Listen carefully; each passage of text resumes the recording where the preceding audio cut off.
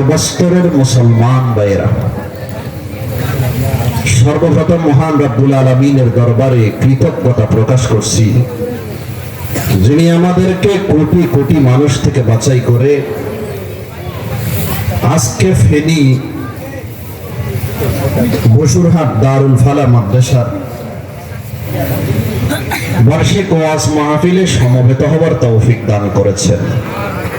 তাই মৌলার দরবারে, মাহবুব হাকিকির দরবারে মন খুলে প্রাণ ভরে একবার কালিমাতে শুকর আদায় করি, আলহামদুলিল্লাহ। আজকের মাহফিলে যুব সমাজের উপস্থিতি বেশি, তাই আজকে আমার আলোচ্য বিষয় হলো যুব সমাজকে নিয়ে।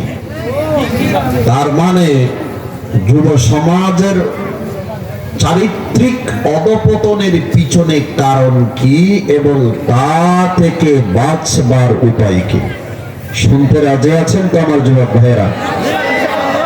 আমি যে হাদিস আপনাদের সামনে পাঠ করেছি, আমার পাঠকৃত হাদিসে জনাবে মুহাম্মদুর রাসূলুল্লাহ সাল্লাল্লাহু আলাইহি ওয়াসাল্লাম ইরশাদ করেছেন, কাল হাসরের ময়দানে আল্লাহ পাক রব্বুল আলামিন 7 শ্রেণীর মানুষকে আরশের নিচে ছায়া দান করবে, যেদিন আরশের ছায়া ব্যতীত আর কোনো ছায়া থাকবে না। বৈজ্ঞানিকদের হিসাব মতে বর্তমানে সূর্য আমাদের থেকে 9,30,00,000 মাইল দূরে অবস্থিত। এরপরেও সূর্যের তাপে আমরা অতিষ্ঠ হয়ে যাই। কিন্তু কিয়ামতের ময়দানে অবস্থা কেমন হবে জানেন? সূর্য মাথার ধারে চলে আসবে। পরিস্থিতি কেমন হবে তা কল্পনাও করা যায় না। সেই মুহূর্তে মহান রব্বুল আলামিনের আরশের ছায়া ব্যতীত, আপন সিংহাসনের ছায়া ব্যতীত আর কোনো ছায়া থাকবে না। সেই ছায়ার নিচে আল্লাহ পাক রব্বুল আলামিন 7 শ্রেণীর মানুষকে ছায়া দান করবেন। আল্লাহ পাক রব্বুল আলামিন আমাদেরকে তাদের অন্তর্ভুক্ত করুন, আমিন। 1 নাম্বার হলো ইমামুন আদিলুন, ন্যায় বিচারক শাসক। কেমন শাসক? ন্যায় বিচারক শাসক। শাসক কাকে বলে? যার অধীনস্থে লোকজন আছে সে হলো তার অধীনস্থদের জন্য শাসক। যার অধীনস্থে লোকজন আছে সে হলো তার অধীনস্থদের জন্য শাসক। সেজন্য সন্তানের মা বাবা থেকে নিয়ে রাষ্ট্রপ্রধান পর্যন্ত সকলেই হলো শাসক। আমরা যারা সন্তানের মা বাবা আছি, অভিভাবক আছি, আমাদের দায়িত্ব হলো আমাদের অধীনস্থ যে ছেলে মেয়েরা আছে তাদের উপর ন্যায় বিচার করা। মেম্বার চেয়ারম্যান যারা আছে তাদের দায়িত্ব হলো তাদের অধীনস্থ যারা আছে তাদের উপর ন্যায় বিচার করা। এমপি মন্ত্রী যারা আছে তাদের দায়িত্ব হলো তাদের অধীনস্থ যারা আছে তাদের উপর ন্যায় বিচার করা। আর রাষ্ট্রপ্রধান যিনি আছেন, সরকার প্রধান যিনি আছেন, ওনার দায়িত্ব হলো দেশের প্রজাগণের উপর আদল, ইনসাফ, ন্যায় বিচার করা। তার কারণ হলো হাদিস শরীফে আছে, আল্লাহ রাসূল বলেন, আলা কুল্লুকুম রাঈন ওয়া কুল্লুকুম মাসউলুন আন রাইয়াতি। তোমাদের প্রত্যেকেই শাসক, তোমাদের প্রত্যেককেই তার অধীনস্থের ব্যাপারে কাল হাসরের ময়দানে জিজ্ঞাসা করা হবে। সেদিন যদি আপনি সঠিক উত্তর দিতে পারেন তাহলে আপনি বেঁচে গেলেন, আর যদি সঠিক উত্তর দিতে না পারেন তাহলে বেঁচে যাবেন। সেজন্য সন্তানের অভিভাবক থেকে নিয়ে রাষ্ট্রপ্রধান পর্যন্ত সকলের দায়িত্ব হলো আপন আপন অধীনস্থদের উপর ন্যায় বিচার করা। এই কথাও ভুলে গেলে চলবে না। আল্লাহ জালিমদেরকে ছাড় দেন, ছেড়ে দেন না। আল্লাহ জালিমদেরকে ছাড় দেন, ছেড়ে দেন না। হাদিস শরীফে আছে, জনাবে মুহাম্মদুর রাসূলুল্লাহ সাল্লাল্লাহু আলাইহি ওয়াসাল্লাম ইরশাদ করেছেন, ক্বালা রাসূলুল্লাহ সাল্লাল্লাহু আলাইহি ওয়াসাল্লাম, ইন্নাল্লাহা লা ইউমলি লিয-যালিমি ফাইযা আখাযাহু লাম ইফলিতহু, আও কামা ক্বালা an-নাবিয়্যু আলাইহিস সালাতু ওয়াস সালাম। আল্লাহ রাসূল বলেন, আল্লাহ তাআলা জালেমদেরকে অবকাশ দেন, সুযোগ দেন। জুলুমের মাত্রা যখন বাড়তে বাড়তে চূড়ান্ত পর্যায়ে পৌঁছে যায়, তখন আল্লাহ সেই জালেমকে আর ছেড়ে দেন না। ইতিহাস সাক্ষী, পৃথিবীর এক জালেমের নাম ছিল ফেরাউন। সেই জালেমের পরিণতি কিন্তু বলা হয়নি, আল্লাহ তাকে ছেড়ে দেননি। আরেক জালেমের নাম হলো কারূন, আল্লাহ তাকেও ছেড়ে দেননি। আরেক জালেমের নাম হলো হাজ্জাজ ইবনে ইউসুফ, 1,20,000 আল্লাহর ওলীকে হত্যা করেছে, তার পরিণতিও কিন্তু ভালো হয়নি। সাহাবী রাসূল হযরত ওসমান গনি রাদিয়াল্লাহু তাআলা আনহুকে যিনি হত্যা করেছেন, যারা হত্যা করেছেন, এবং হযরত হুসাইন রাদিয়াল্লাহু তাআলা আনহু আল্লাহর রাসূলের দৌহিত্র, ওনাকে যারা হত্যা করেছেন তাদের পরিস্থিতি, তাদের পরিণতিও কিন্তু বলা হয়নি। ইতিহাস সাক্ষী, তাদের মধ্য থেকে কাউকে আল্লাহ পাগল করে দিয়েছে, কাউকে আল্লাহ দুরারোগ্য বিধিতে আক্রান্ত করে মেরেছে। মুহতারাম হাজিরিন, হে দুনিয়ার প্রতাপশালী রাজাগণ, আপনারাও যদি প্রজাগণের উপর জুলুম নির্যাতনের স্টিম রোলার চালান, কারূনের যে পরিস্থিতি হয়েছে, ফেরাউনের যে পরিণতি হয়েছে, সেই পরিণতির আপনারা অপেক্ষা করুন। আল্লাহ রাসূল বলেন, 7 শ্রেণীর মানুষকে কাল হাসরের ময়দানে আল্লাহ আরশের নিচে ছায়াদান করবে। প্রথম নাম্বার হলো ন্যায় বিচারক, শাসক। শাসক যদি প্রজাগণের উপর ন্যায় বিচার করে, আল্লাহ আপন সিংহাসনের নিচে তাকে ছায়াদান করবে। কিন্তু জালিমের পরিণতি খুব ভয়াবহ। পবিত্র কোরআনে আল্লাহ বলেন, লানাতুল্লাহি আলাল যালিমিন, জালিমদের উপর আল্লাহ তাআলার লানত। আরেক আয়াতে আল্লাহ বলেন, ইয়াউমা লা ইয়ানফাউয যালিমিনা মাযিরাতুহুম ওয়া লাহুমুল লা'নাতু ওয়া লাহুম সুউদ দার। কাল হাসরের ময়দানে জালিমদের কোনো উযর আপত্তি কাজে আসবে না, তাদের জন্য রয়েছে লানত, অভিসম্পাত, তাদের জন্য রয়েছে মন্দ আবাস। কার কথা? আল্লাহর কথা।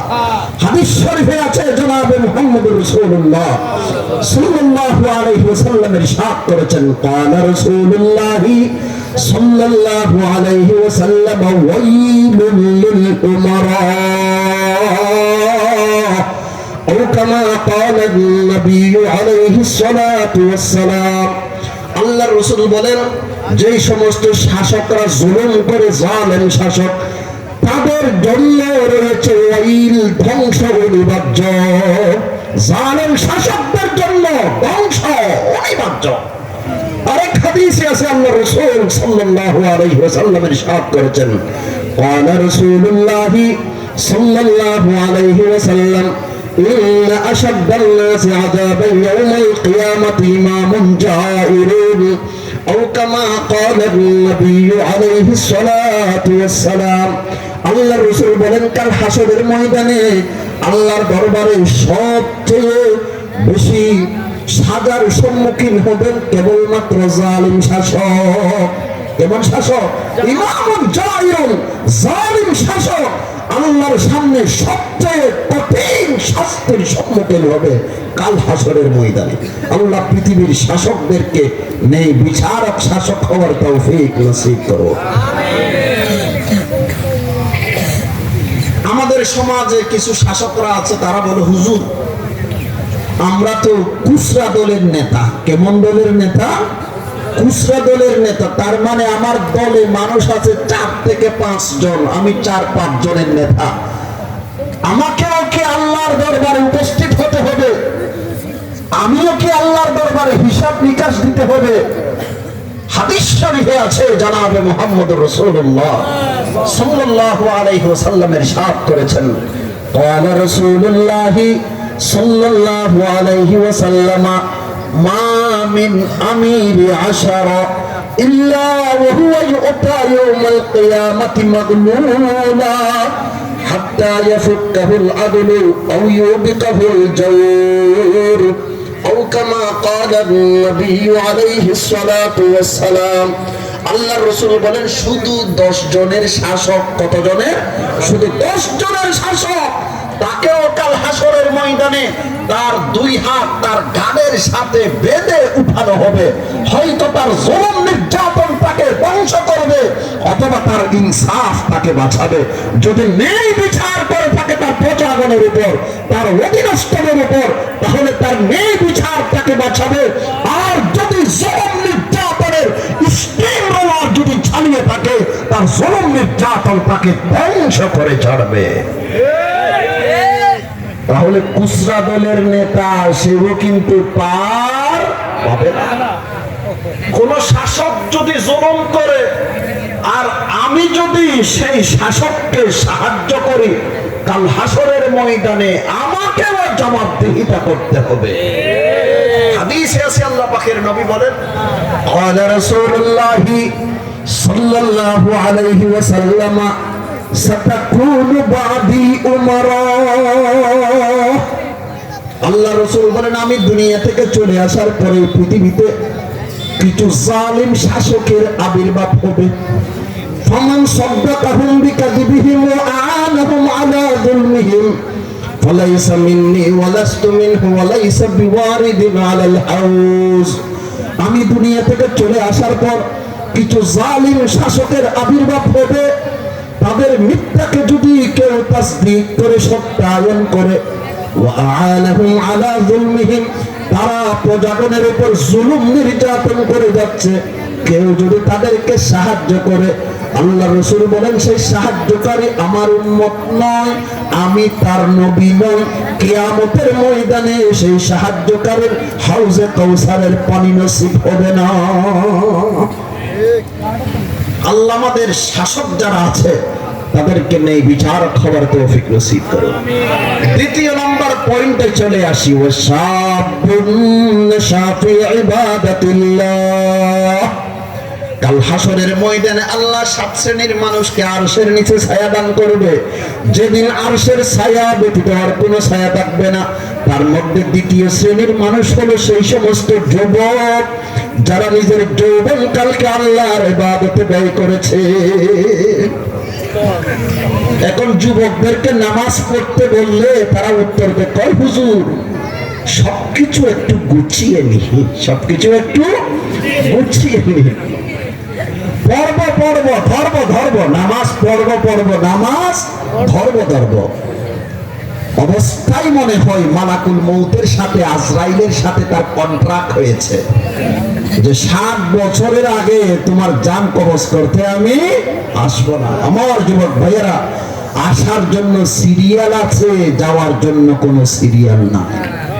আসার জন্য সিরিয়াল আছে, দাদা আগে আসে, বাবা পরে আসে, নাতি পরে আসে।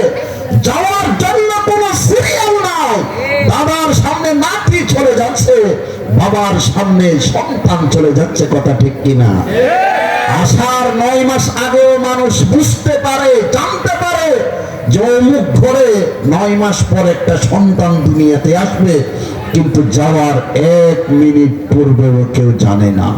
যাওয়ার 1 মিনিট পূর্বেও কেউ জানে না, আধা মিনিট পূর্বেও কেউ জানে না। আসার জন্য সিরিয়াল আছে, যাওয়ার জন্য সিরিয়াল নাই। আপনি যে বলেছেন নামাজ ধরবো ধরবো, পর্ব পর্ব, সবকিছু একটু গুছিয়ে নিন। আপনি গুছানোর আগে আগে, নামাজ ধরার আগে আগে মানুষ যদি আপনার নামাজ ধরে ফেলে, আপনি কি করবেন? আজকে রাত্রে যদি আপনার মৃত্যু চলে আসে, আগামীকাল 10টায় আপনার জানাজা হবে, কথা ঠিক কিনা? এই মাঠে আপনার জানাজা হবে আগামীকাল 10টায়।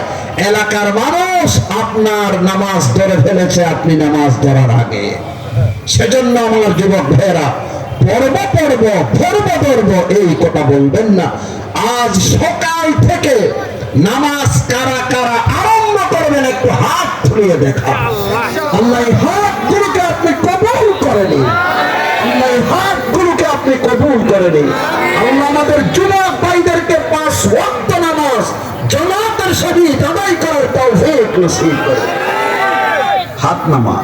وشاب نشأ في عبادة الله যেই যুবক তার যৌবন কালটাকে আল্লাহর ইবাদতে ব্যয় করেছে, কাল হাসরের ময়দানে আল্লাহ সেই যুবককে আরশের নিচে ছায়া দান করবে, যেদিন আরশের ছায়া ব্যতীত আর কোনো ছায়া থাকবে না। কিন্তু দুঃখজনক হলেও সত্য, বর্তমানে আমাদের যুব সমাজের চরিত্র একেবারে শূন্যর কোঠায়। কথা ঠিক কিনা? এর পিছনে একাধিক কারণ আছে, হাতে গোনা কয়েকটি কারণ আমি আপনাদের সামনে তুলে ধরতে চাই। আমার যুবক ভাইয়েরা একটু মনোযোগ সহকারে শোনার চেষ্টা করবেন। যুবক ভাইদের চারিত্রিক অধপতনের পিছনে একাধিক কারণ। এক নাম্বার কারণ হলো সুশিক্ষার অভাব। কিসের অভাব? সুশিক্ষার অভাব। শিক্ষিত ভাইদের অভাব নেই, শিক্ষার অভাব নেই, সুশিক্ষার অভাব। যেই শিক্ষা অর্জন করে কলমের নিপ দিয়ে দেশের কোটি কোটি টাকা আত্মসাৎ করে, সেই শিক্ষা কোনোদিন জাতির মেরুদণ্ড হতে পারে না। সেই শিক্ষা কোনোদিন জাতির মেরুদণ্ড হতে পারে না। যে শিক্ষা আপনাকে জান্নাতের পথ দেখায়, যে শিক্ষা আপনাকে সততা শিখায়, যে শিক্ষা আপনাকে মানবতা শিখায়, সেই শিক্ষা হলো সুশিক্ষা। সেই শিক্ষা হলো সুশিক্ষা। আমাদের সমাজে দুই ধরনের চুর আছে। কিছু চুর আছে অশিক্ষিত চুর, আর কিছু আছে শিক্ষিত চুর। চুর কয় ধরনের? দুই ধরনের, শিক্ষিত চুর, অশিক্ষিত চুর। অশিক্ষিত চোর হাতে গোনা দু চার জনের টাকা চুরি করে, আর শিক্ষিত চোর পুরো দেশের মানুষের টাকা লুট করে। কথা ঠিক কিনা? অশিক্ষিত চোর 4 জনের টাকা চুরি করে, আর শিক্ষিত চোর যারা আছে পুরো জাতির টাকা চুরি করে। বলুন তো, দেশের জন্য হুমকি কম চোর, শিক্ষিত চোর না অশিক্ষিত চোর?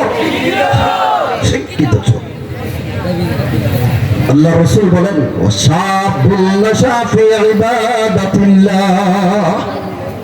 যুবক ভাইদের চরিত্র ভালো থাকবে কোত্থেকে?